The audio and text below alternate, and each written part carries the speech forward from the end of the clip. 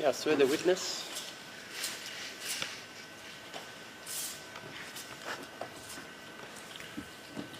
Sicela igama nesibongo.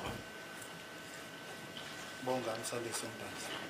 Uyimisele noma kukhona yini okuvimbayo ukuthi ufunde ukuthi uzokhuluma iqiniso? Cha.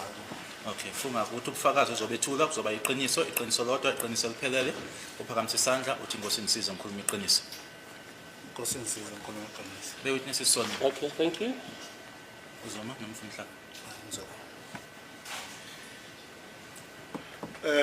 Mr. Ntanzi, morning.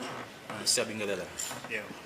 Morning, sir. Now, by way of ground rules as to our engagement, I'm going to ask you to raise your voice so that all of us, including His Lordship, can hear what you are saying.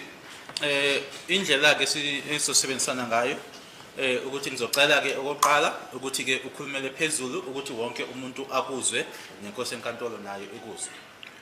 Number two, when I ask you questions and you do not understand, do not jump into answering something that you don't understand. Okwesibili, sorry. Ask me to clarify it for you or to rephrase it in a way that you understand. Okwesibili, uma ngokuthi ke ngikubuza umbuzo lowo awuzwisisi, ungajompeli ke ekuthini uphendule into ongayizwisisi, ngicela ukuthi ke ngichazele. And number three, my colleagues, including myself at the time, will be taking notes. So give us enough time as you are speaking to allow all of us to take what you are saying to the Honorable Court. Okwesithathu ke ozakwethu kanye nami futhi nanjengoba ukhuluma sibhala phansi ke lokho kushoyo ngicela ukuthi usinikeze ke isikhathi esanele ukuthi sibhale phansi lokho ozobe ukusho. Now, before we start with the events that lead you to where you are standing now, is there an incident at the end of May that occurred as a precursor to you being arrested on the 16th of June 2020? 16 end of May of which year? 2020. 16 end of ngaphambi kokuthi singeneke izimo ezaholela ekuthini ke ume la omikhona ke manje asiqale nje lana ke ingaba sikhona yini isigameko esenzeka nje uma kuphela uMay noma kuzophela uMay ngo2020 ngaphambi nje kokuthi ke uboshwe khona okwenzeka yini?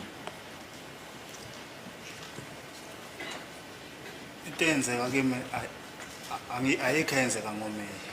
Ngoba ngangisesemakhaya ngoba ngisakhumbula date engibuye ngayo emakhaya kuza ngayo eGoli eRustenburg. I do not remember anything that happened to me in May or end of May because I do not remember the date. I think I was still back home in the villages. It was before I came to Gauteng in Rustenburg. Ngoba kwangamalanga ecorona mangikhumbula kahle ngoba kwangasetshenzwa. If I remember correctly, it was during the COVID days, so we were not working. Is there a time around May 2020 where you received an anonymous caller that asked you whether you were looking for employment? These are just preliminary issues, but this is an obvious leading question, my lord. Is there a time in 2020 where you received an anonymous call? Ingaba sikhona yini isikhathi ngo2020 la khona wathola ucingo ongalazi noma ucingo olubuya umuntu ongamazi ngakaphezulu? Still the same. The witnesses, you cannot remember what happened at the end of May, and to then say, did you receive an anonymous call that's putting words in his mouth? But as I say, my lord, these are preliminary issues. We don't really want to interfere with the leading of the witness by my learned friend. Let me rephrase it again, Mr. Ntanzi, because this is crucial. Did you receive any call in May 2020? Ingabe khona yini ucingo owaluthola ngoMay ka2020? Kusenkantolo into engicacisa yiza sengasakhumbula ukuthi kwakuMay noma kwakuJune ucingo ngalithola ngifunela intombazane lengagcina isichaza ke ukuthi iwumamfundisi la engibuza ngomsebenzi ukuthi ngifuna umsebenzi. My Lord, although I am unable to recall whether it was in May or it was in June, but yes, I did receive a call from a lady who eventually introduced herself as Mamfundisi, inquiring from me whether I wanted a job or not. And Mr. Ntanzi, can you in detail describe the circumstances of that call? Ungachaza yini ucingo lolo noma ke uchaza nje kabanzi mayelana nocingo lolo? Engingachaza mina Nkosi enkantolo ukuthi usisi maye ngifonela wangifonela ngo private number. What I can tell the court, my Lord, is that when the lady contacted me, she called me with a private number. Ngimcela ngithi ngicela ukuthi ashitshe o private number ngiyamcela ukuthi sozwana kahle ngizobona ukuthi ngikhuluma nobani. I then made a request that she changes the call from being a private number so that we are on the same page and so that I know as to who am I talking to. Yes, wafona ngenumber straight landline ngoba inumber yazi ngisakhuluma u01 or u02 ngisakhumbula kahle mayene number eziningi. And eventually she called using a landline. I cannot remember whether it was a 01 or a 02, but there were quite a couple of numbers. Emveni ngalokho Proceed. emveni ngalokho kangibuza ukuthi umsebenzi ngiyawufunani bese ngimbuza ke ukuthi umsebenzi okanjani ngoba mina ngiyasebenza. Thereafter, she asked me as to whether was I looking for employment. I then wanted to know from her what kind of a job because I was employed. Bese ke yena echinja ke istory esekade kahle kahle ngifunela iqala bekasenzo. She then changed now what she was talking about or the story and said that actually she was looking for me for the sense of matter. Ngimbuze futhi ukuthi mina uyangazi umuntu omfonela noma umazi na. I then asked, do you know me? Do you know the person that you are calling or not?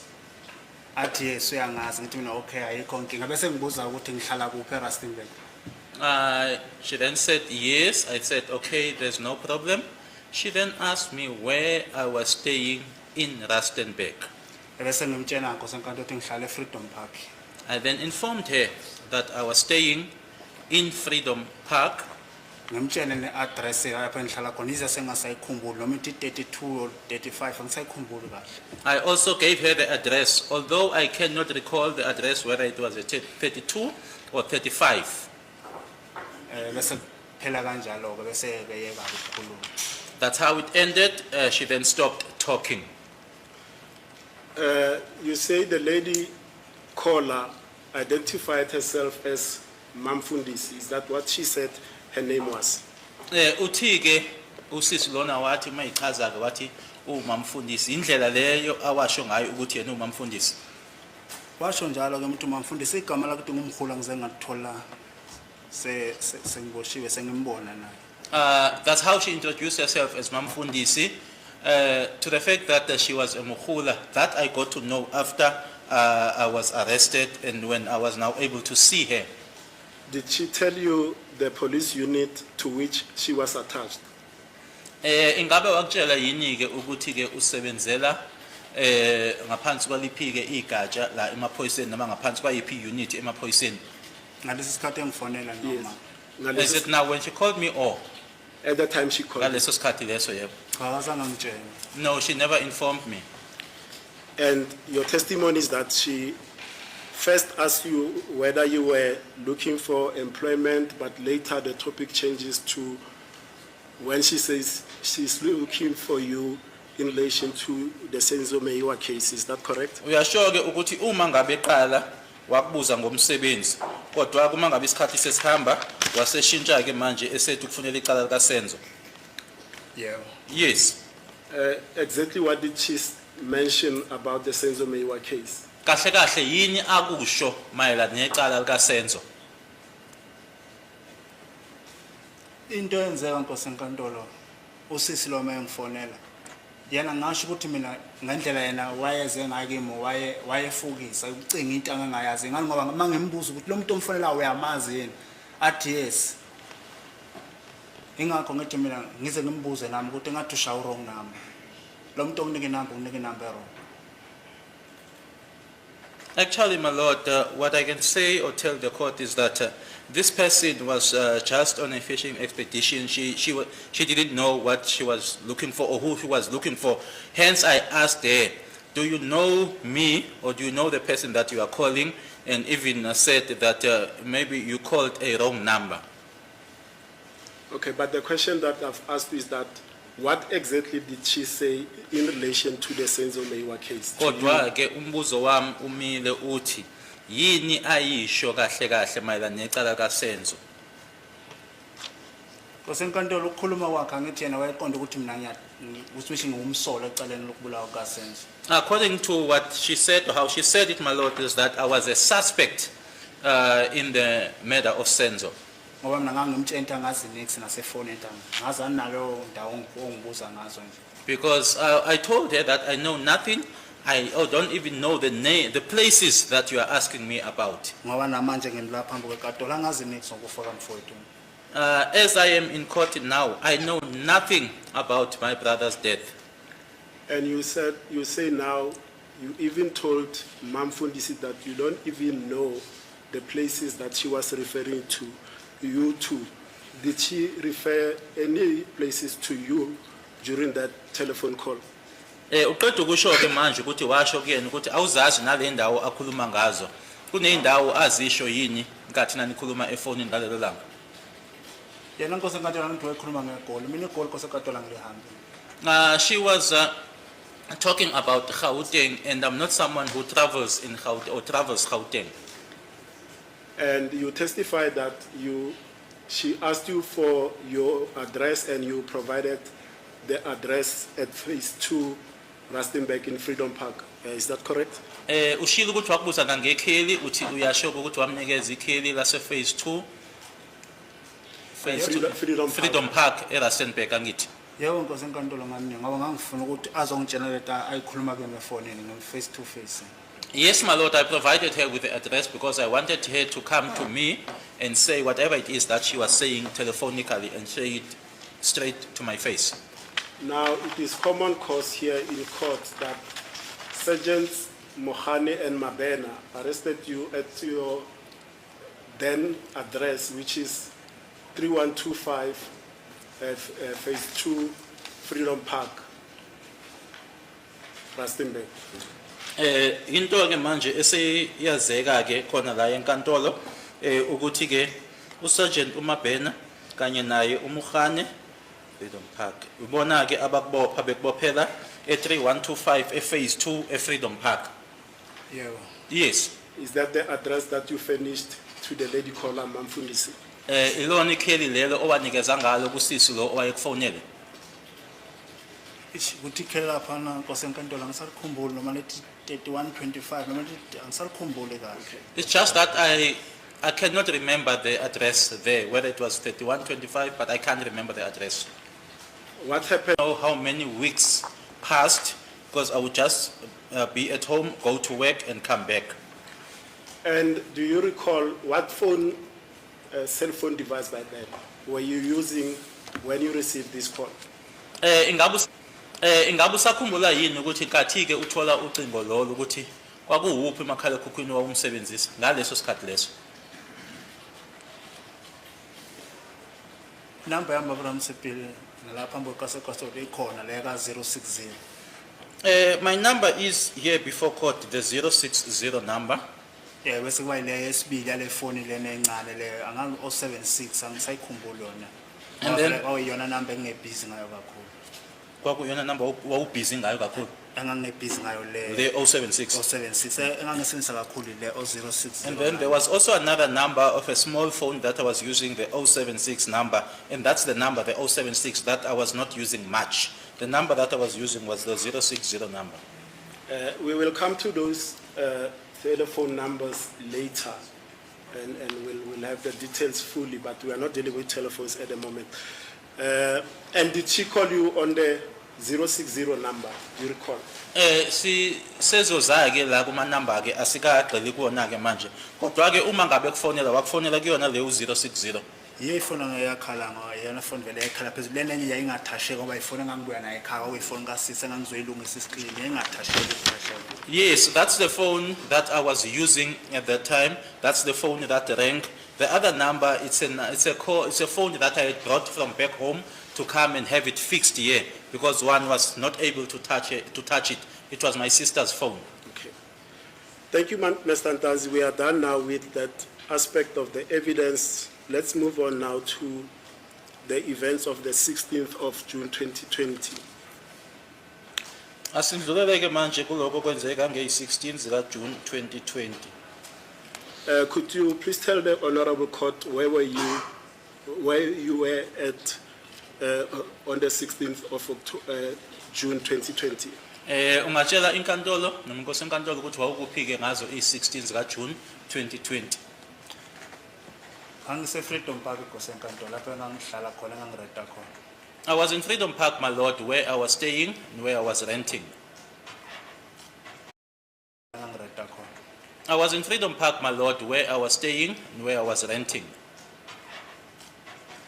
Were you with someone else at the time? Kunomuntu wawunaye ngaleso sikhathi leso? Yebo Nkosenkantolo. Yes, my lord. Who was with you? Wawunobani? Nganginolebohile. Lebohile. I was with Lebohile. It is now common cause that you were arrested on that day by Sergeants Mabena and Mohani. Can you please tell this court in detail what transpired on that night? Sekuyinto eyazekayo ke manje la enkantolo ukuthi yilona ilanga lelo ke owaboshwa ngalo uboshwa ibona ke uSergeant Mabena noSergeant Mohani awutsheleke inkosi enkantolo ukuthi yini eyenzeka.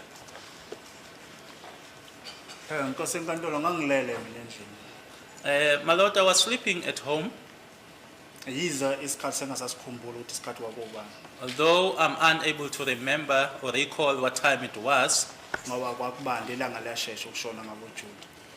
because it was cold and the sunset, or the sun goes down much earlier in June. Mangilele kwanokha kunokha abantu. Ngoba benokha ama-room nje akelile kunokho ngapha ngathiwa vula ngaba ben omunye nokha ke mangibuza ukuthi ubani angaphenduli ngaze ngasukuma ngavula. And there were people that were knocking because it's like in the rooms that are in a line or in a row. So they would just knock and say, open, open. And I also asked who it was. I then ended up going to open. Proceed. Mangivula ke ayi bese ngena ke ngoba mangikhumbula kahle ngathi kwangena uMabhena aqala kwasikulandela yena uMhanga. I then opened and then the person came in. If I remember correctly, the first person to come in was Mabena and then Mohane followed. Proceed. Emveni ngalokho Nkosenkantolo besethi kimi ya Siyanda ngithi mina ngisuSiyanda. Thereafter, I then said to me, yes, Siyanda. I then said, I am not Siyanda. Can you tell this court who said yes, Sianda? Kokubani wayesho? Umuntu ngikhuluma noMabhena. The person I was talking to was Mabena. Proceed. Ngoba masaba ngale igama likaSiyanda bathi angiphume phandle bafuna ukukhuluma nami bese ngiphuma ke vele pha kune RDP mangiphuma vele ngiphumela la. As we were then having this argument about the Siyanda name, they then instructed me to go outside.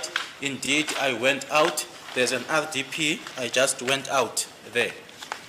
Proceed. Masaba siqhubeka lokho kubanga leli igama likaSiyanda Nkosenkantolo ngiphinde ngibuyele endlini ke bese ke nelandi ID. Whilst we were still having this argument about the Siyanda name, I went back into the house and fetched the ID. Ngibanika ke ID Nkosenkantolo balibone ke igama lami. I then gave them the ID and they saw my name. Emveni ngalokho bese if bethathe nefoni yami Nkosenkantolo ngoba namafoni bawathatha endlini ifoni yona iJ5 Samsung nale phone emhlophe la ngama i-headset encane nemhlophe. J5 Yeah.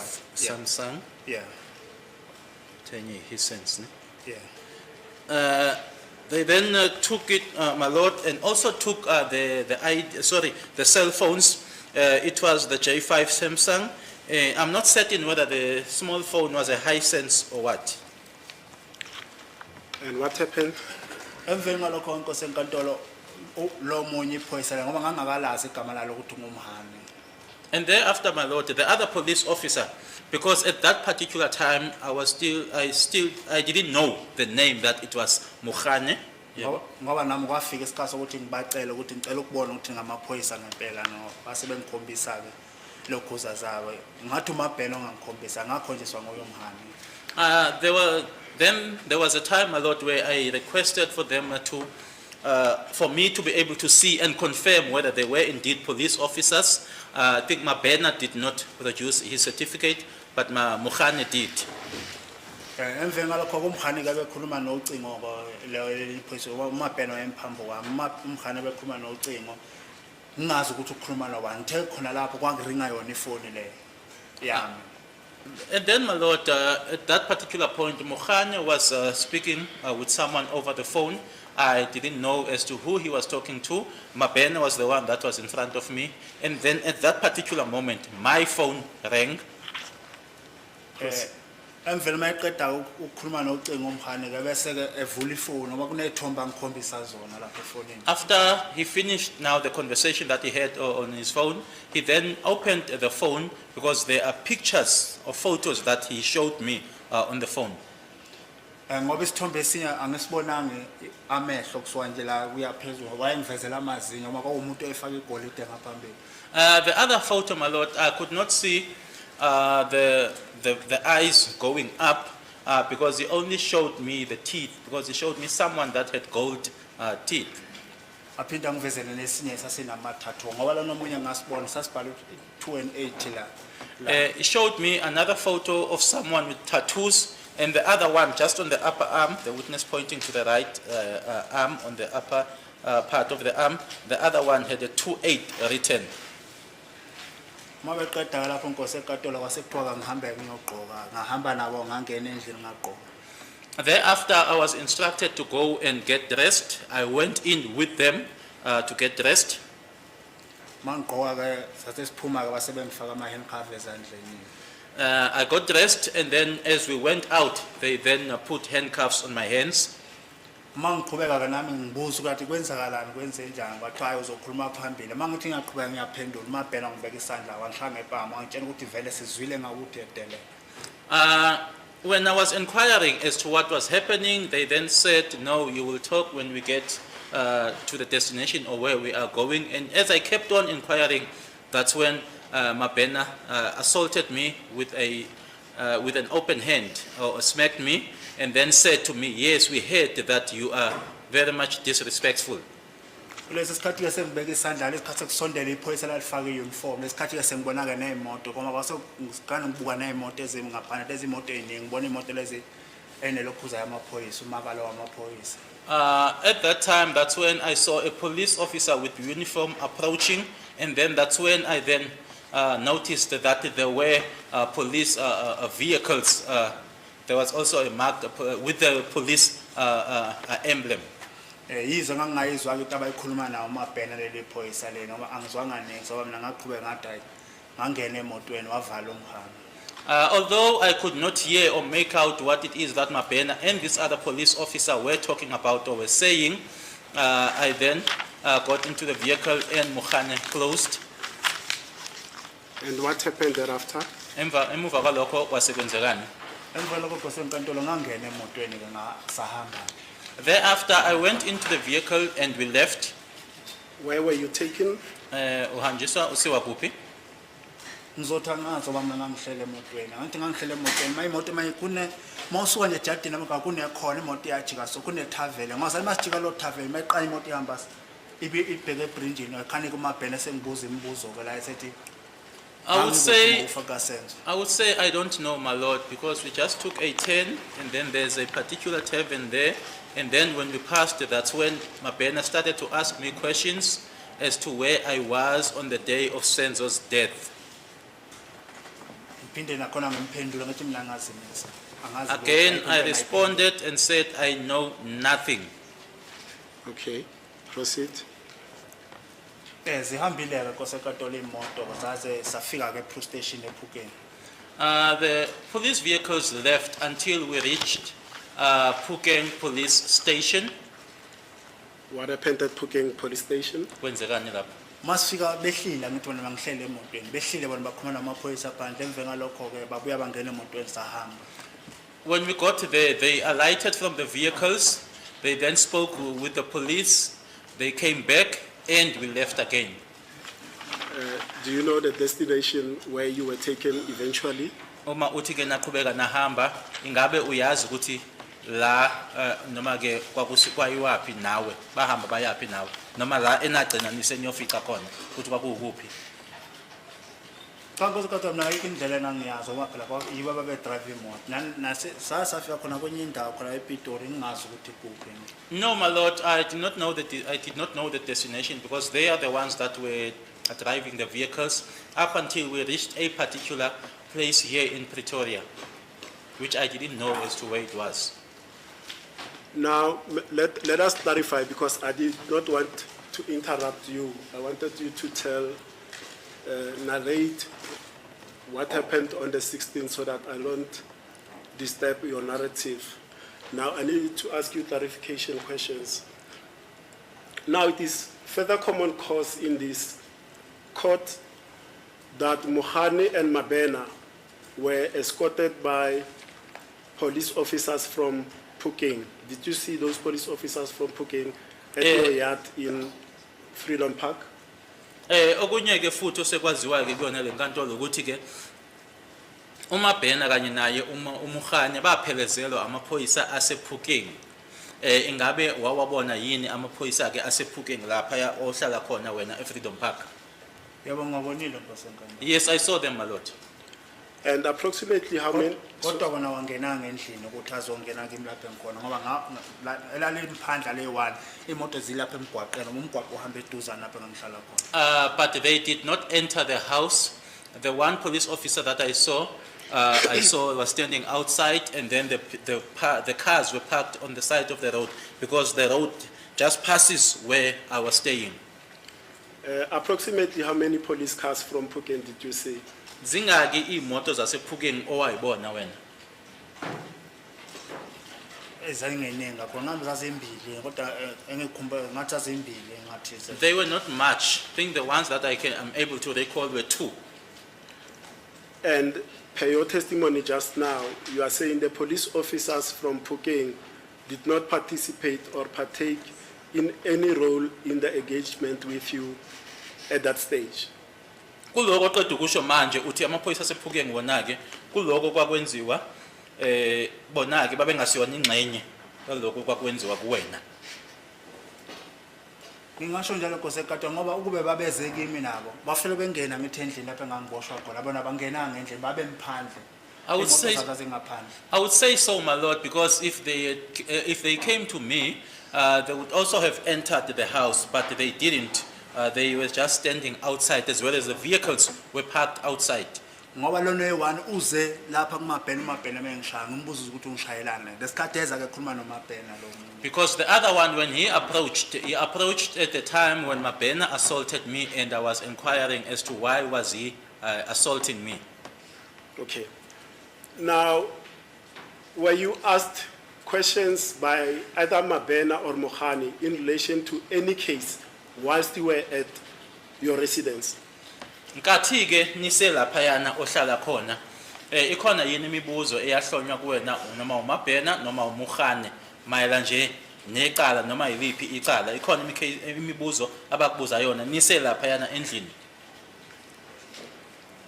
Nkosenkandolo lento ngingayibeka kanje mase lapha endlini into eyibanga kakhulu igama lebika Siyanda. My lord, I will say this like this. The thing that was that we were arguing about whilst we were still at the house was the name of Siyanda. Mangithi mina ngisiya uSiyanda lesikhathi ngibanike iID futhi ngithi nathi iID yami buka na iID ukuthi mina ngubongana ngisuSiyanda. That's when I then provided them with the ID when I was telling them that I'm not Siyanda. Here is my ID, my name is Bongani, not Siyanda. Lesi sikhathi kuMkhani ke sethatha ekhipha ifoni yakhe ekhuluma nomuntu akhuluma naye lesikhathi sekuringa ifoni yami ke sethi uMkhani hayi sifuna wena. That is when Mukhane was speaking to someone over the phone, and then my phone rang, and then Mukhane said, "We are looking for you." lesi sikhathi esengihamba ngiyogqoka amazi ngene emotweni lesikhathi esengiqala ukubuzwa ngecala likaSenzo Meyer nakhona ngibuzwa uMabhena hayi uMkhana. I then went inside to go and get dressed, came back, got into the vehicle. That is then when Mabena started to ask me about the matter of Senzo, but not Mukhane. It was Mabena was asking me. Nakhona ngimtshela ukuthi nazange ngibulala umfoti angazi next nje ayikho into engiyazi indaba zamabulala. I then told him that I never killed the brother. I know nothing about anything about killing. Did Mabena question, sorry, not Mabena. Did Mohane question you whilst you were at your yard in relation to the Nongoma murder case 163 of 10/2018?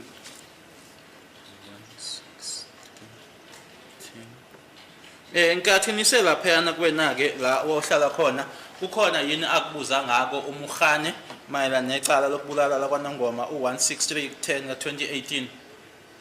Cha Nkosi enkantolo ngiqala ukuzwa uma engena lapha eboxini laphambi kwakhe akaze ngibuzwa ngiqale nje ukubuzwa la. No, my lord, the first time I heard about that was when he came to testify here in court. I was never asked about that. As you rightly say, Mohane testified in this court and he says the reason they descended upon your residence was in relation to the Nongoma murder case. Nanjengoba usukushilo ke ukuthi ke Mukhane wayela enkantolo akusho ke la enkantolo Mukhane ukuthi ke izathu sokuthi bakufikeleke babeye kuwenaka mala necala la kwaNongoma. Cha Nkosi enkantolo kulona iqiniso lo. No, my lord, that's not true. KwaNongoma nginacala namhlanje akaze ngiye KwaNongoma kube kunecala KwaNongoma fanele bese ngibuya khona namhlanje. I do not have any case in KwaNongoma. If that was the case, I would have then went to KwaNongoma. I've never been to KwaNongoma up until today. He testified further, Mohane, that indeed during your interaction at your residence, there and then, he asked you about your involvement in the Nongoma murder case. Ubufakazi bakhe ke abethula khona la enkantolo uMukhane wase esho ke ukuthi ke impela nkathi ke nani laphayana la ohlala khona wakubuza ke mayelana ke nokuhlanganisa necala la kwaNongoma. Cha Nkosi enkantolo ukhuluma iphutha. No, my lord, that was a mistake.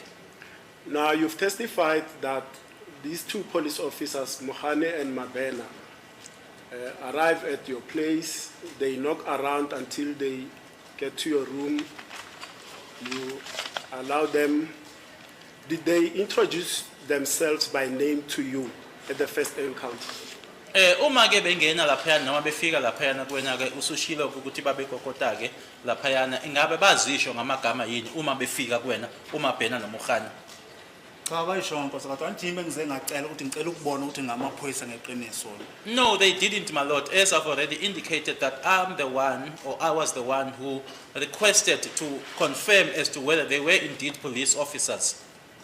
Now, let me pause a bit and let's talk about this Sianda name. Did they give you the surname of that Sianda person that they were saying it's you? Asike sime nje kancane ke kuleli gama leli likaSiyanda. Ingaba bakunikeza yini isibongo somuntu loyo ababethi kuwena uSiyanda? Yebo Nkosi enkantolo ngoba ngibiza umuntu wakutheleza ngisho ukuthi umuntu wakutheleza ngimazi nalapha esigodini sama asikho isibongo sakutheleza. Yes, my lord, they mentioned the surname of Buthelezi.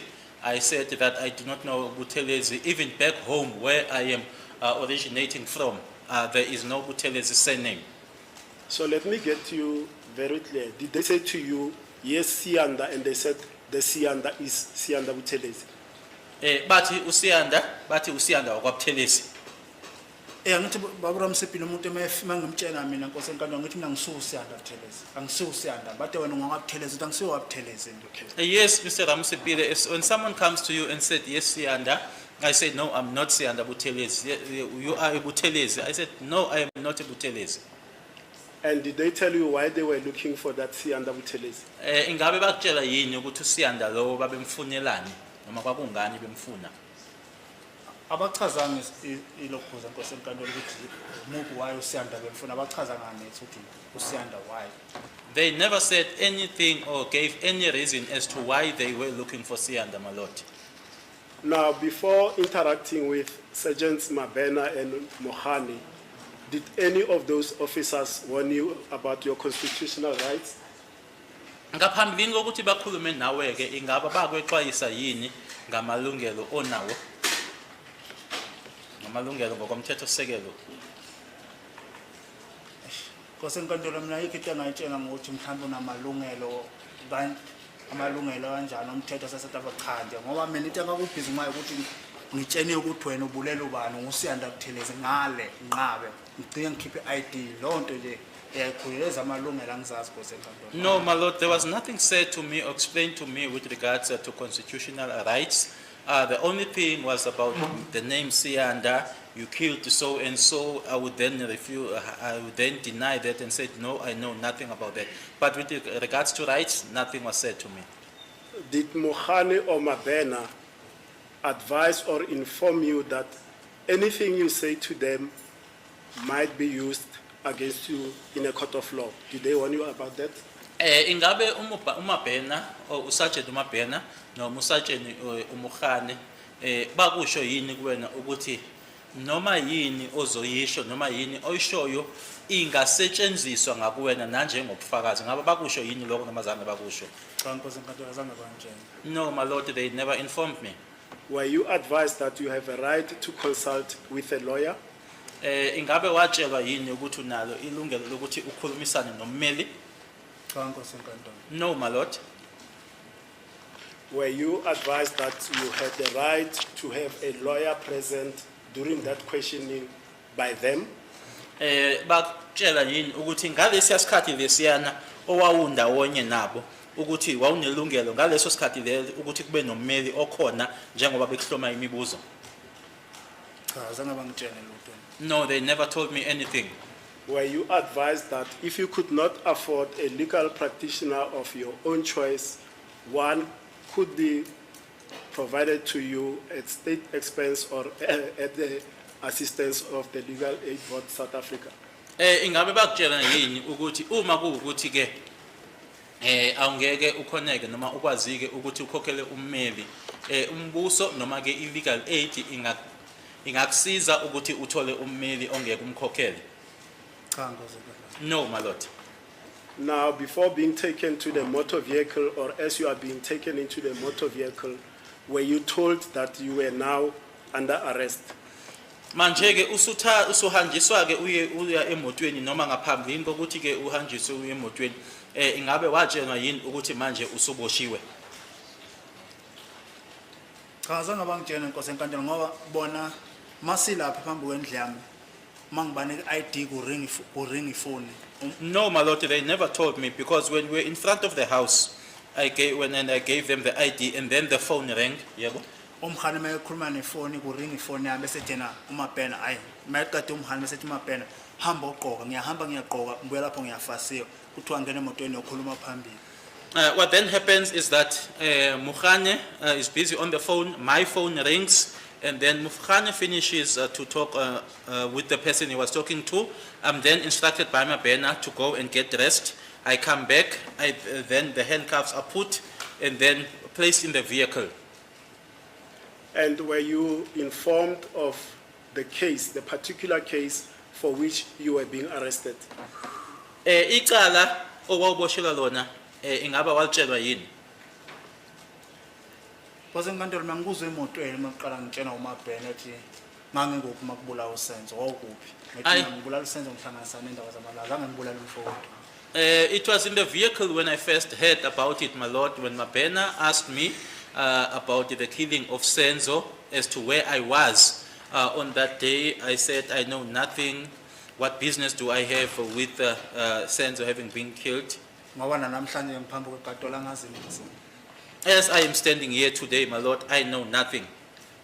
But crucially, whilst you were at your residence in Freedom Park Phase 2, were you either asked about the Senzo Meyiwa case or the Nongoma case by any of the two police officers? Kodwa kusemqoka la ukuthi nkathi nise lapha yana endlini kuwena ingabe wabuzwa yini lamaphoyisa amabili ngecala lika Senzo nangecala noma icala la kwaNongoma nkathi nise lapha yana endlini?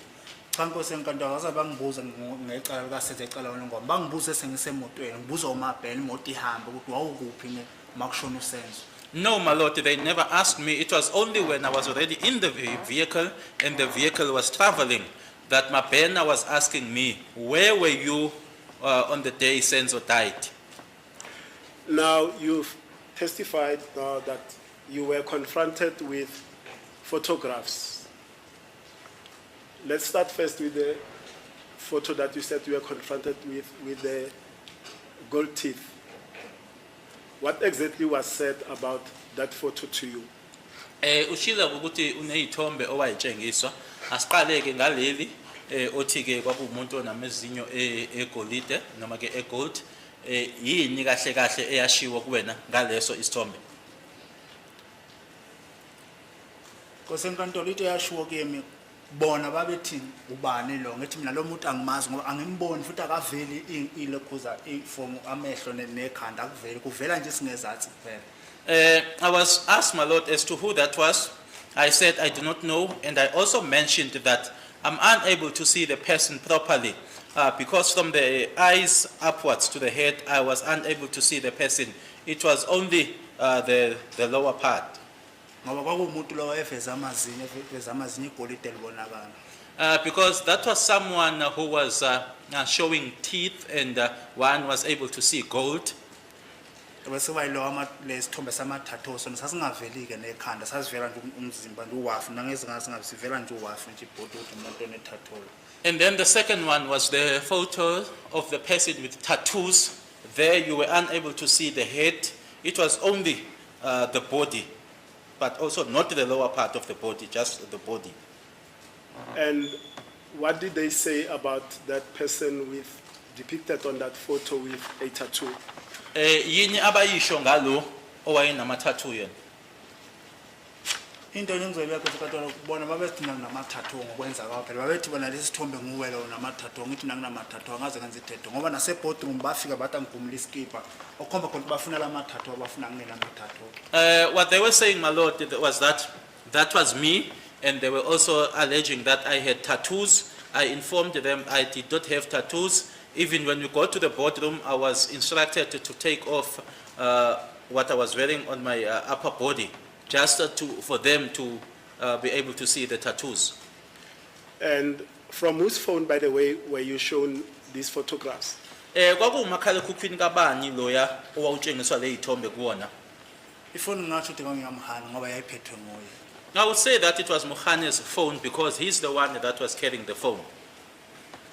Now, Sergeant Mohane has testified in this case, and he stated that at your residence in Freedom Park, he confronted you with the identity kit that was compiled by Ms. Tienkamp. That identity kit was marked in this court as Exhibit BB.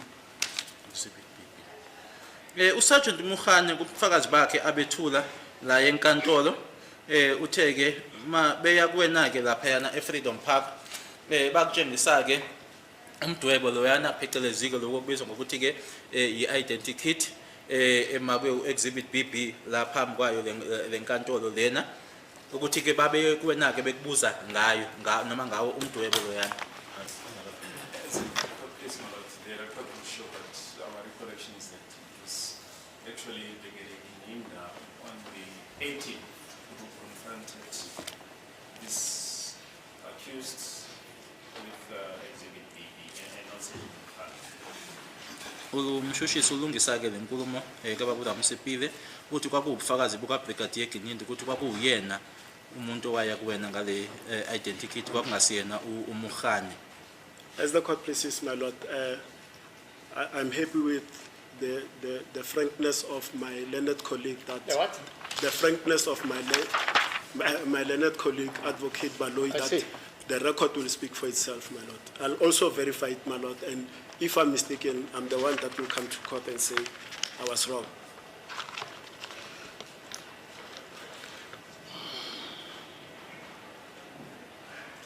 And after you were shown these photographs and you denied knowing the persons or recognizing the persons, what happened next? Usuyitshengisiwe ke le ithombe Wasusho-ke nawe ukuthi cha-ke awumazi umuntu loyo kwase kwenzekani-ke?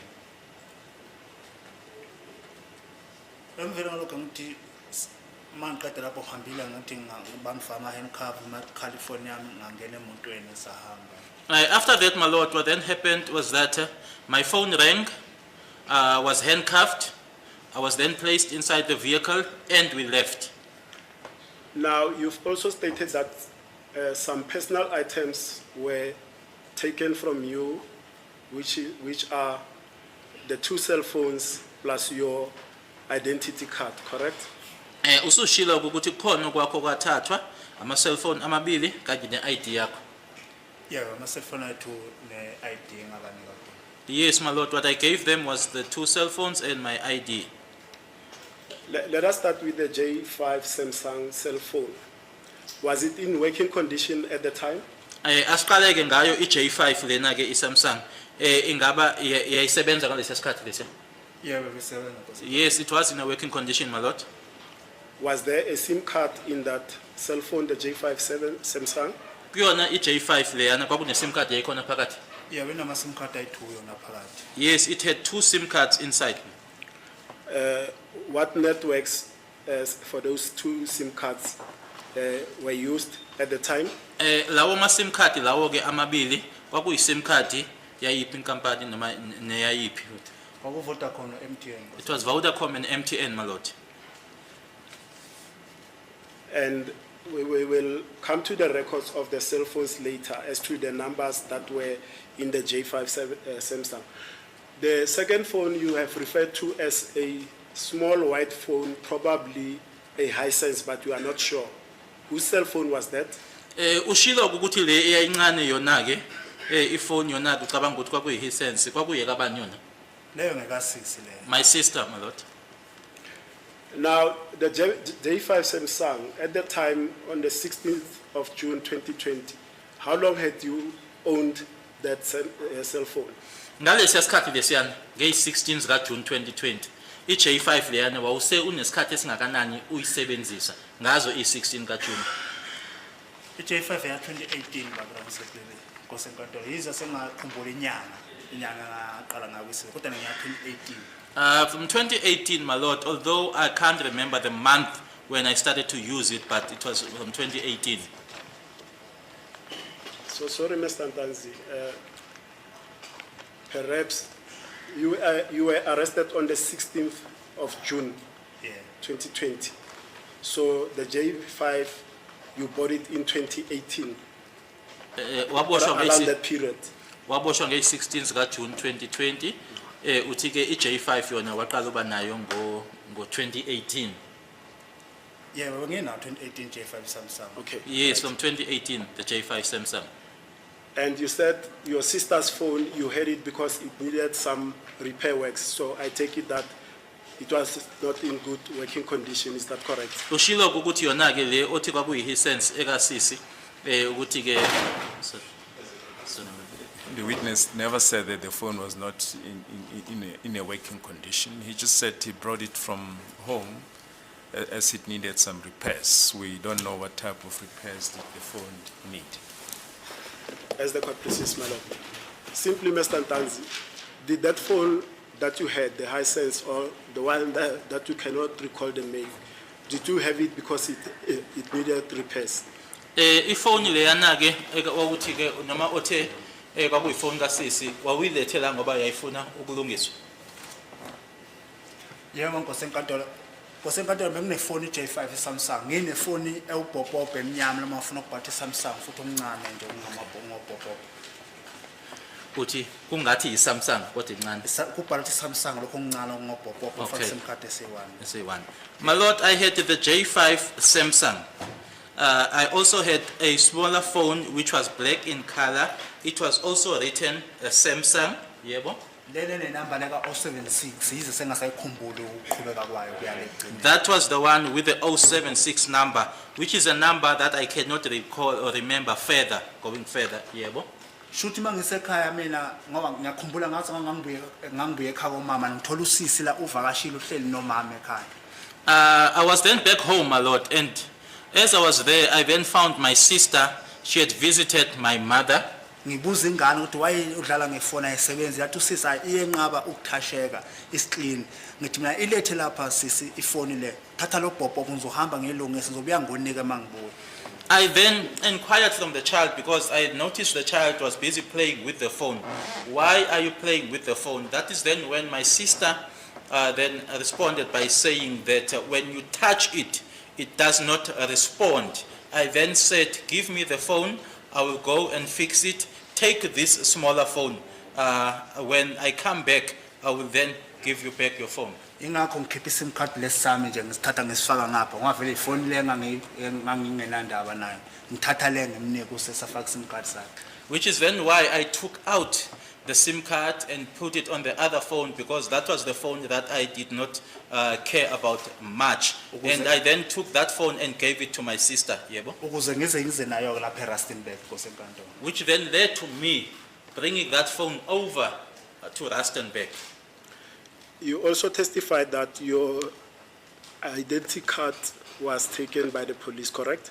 Ushilo ukuthi nayo i-ID yakho yathathwa amaphoyisa ngithi. Yebo nkosenkantolo. Yes, my lord.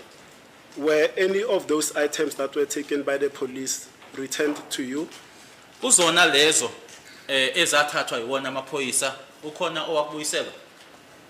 Into engibuyisela kosenkantolo iID nakhona ngiyithole ngo mangizongena ejele eRustenburg ngisakhumbula ko March nge1 date nje ngene ngayo eRustenburg prison. The only thing that I was given back, my lord, was my ID. I just can't remember exactly when, but it was around March when I was in a prison in Rustenburg. Amafoni azange bangibuyisele. The phones were never returned. Do you recall when you were transferred to Rustenburg prison? Ingabe The year? ingabe unyaka owahanjiswa ngawo ukuthi uye ejele lase Rustenburg kwakunini? 2021. It was in 2021. And what prison in Rustenburg is that? Iliphi ijele lase Rustenburg? Inbiza ngeRamshana bathi Ramshana. Ramshana. They call it Ramshana. Ramuchana. It's called Ramuchana. Uyabulungisa kuba Msipile uthi Ramuchana. And when they took these items, did they make a list of these items that they were taking from you? Uma ke bekuthatha lokhu kuwena ngaba babhala phansi ke lokhu abakuthatha kuwena babhala phansi? Cha. No. Did they make you to sign anything to acknowledge that they had taken some items from you? Kukhona la abakusayindisa khona bethi ke lana ke yila usayinda la ngoba ke uvuma ke ukuthi yilokhu okwathathwa kuwena?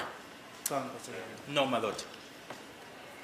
Now, you've testified that you are taken into the car, you travel to Phuking SAPS, you leave the police officers at Phuking SAPS, and then you are driven to a place and you eventually find yourself, you said, somewhere here in Pretoria, but you don't know the place.